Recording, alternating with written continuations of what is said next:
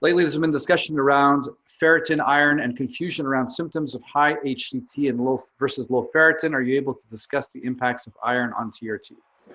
Iron is one of the ingredients responsible for hematopoiesis, which is essentially a fancy word for formation of blood. Blood is derived by your bones. So your bone marrow, specifically your red bone marrow, is what is responsible for producing blood. And iron is one of the key ingredients. Now, iron tends to be carried in hemoglobin, and it assists with oxygen transport. So naturally, the more hemoglobin you produce and more red blood cells you produce, the more iron is going to be taken up.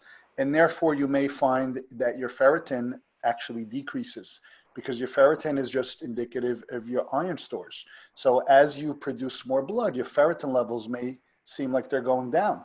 Hematocrit is something that is interesting because that always comes up, and people like to use it as a litmus test for, should I go donate blood? You need to understand how transient hematocrit is. It is literally a snapshot in time, okay? I took a snapshot when I drew your blood, and that told me at a frozen moment what those numbers were. There are things like your hemoglobin A1C, which are essentially a marker of a 3-month rolling average of insulin within the hemoglobin, which lives for about 120 days. So it gives you about a 90-day picture of your insulin sensitivity.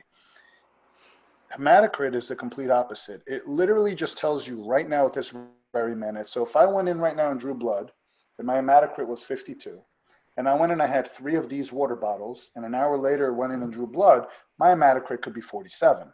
So don't run out there and do something drastic based on a photo. That's all that lab for your hematocrit was. It was a photo. It is a gauge, and then we have to look at other aspects. We want to look at your RBCs. We want to look at your hemoglobin. We want to look at the differential part of your CBC, which includes your platelets. And we want to come up to a conclusion of what is the total blood volume, excluding the plasma. How much cells are actually in your blood? Because remember, it's the platelets responsible for coagulation. And the RBCs are only going to cause an issue if the platelets have a higher risk of coagulation, or if you have some plaque buildup. So it's really more intricate about, risk for DVT or heart attack or stroke or any of those issues than just saying my hematocrit's 52, I need to go donate blood. So try to understand that, because I know in the bodybuilding forums, it's always about hematocrit's 50, go donate. You're doing this, go donate. And people rush, and then that leads to lower ferritin, lower iron, possible anemia and fatigue. So don't go running out and spilling your blood. I mean, you need your blood. It's got a lot of good things. There's a reason we have it.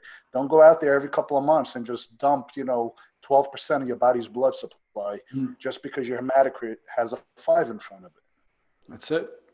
What I always tell guys is if you're seeing some kind of an issue occurring that you're thinking could be related to that, and then you wind up donating blood and feel a hell of a lot better, well, I want you guys to feel better. Do that. But there was a guy in our group, Nathan, that messaged me saying, I just had my hematocrit measured. I'm at 58. I said, how do you feel? I feel fine. It's like, no issues. What do you do there? There's a bunch of doctors I've asked, like, what's your number? What is the number that if you see that number, you freak out and you tell the patient they're going to do something? And most of them say, I don't really have a number. There's not really a number that I'll ever see that will warrant doing that. It has to correlate to other aspects. It's not a standalone number. There has to be other underlying aspects. I mean, you can't just say, look, this is my hematocrit. That's great. What's your RBC? What's your platelets? What's your hemoglobin? What's your blood pressure? How old are you? Do you have any pre-existing condition? Many other factors to it. What's your hydration level? Maybe the guy hasn't had water in 24 hours. Exactly. Got to look at it.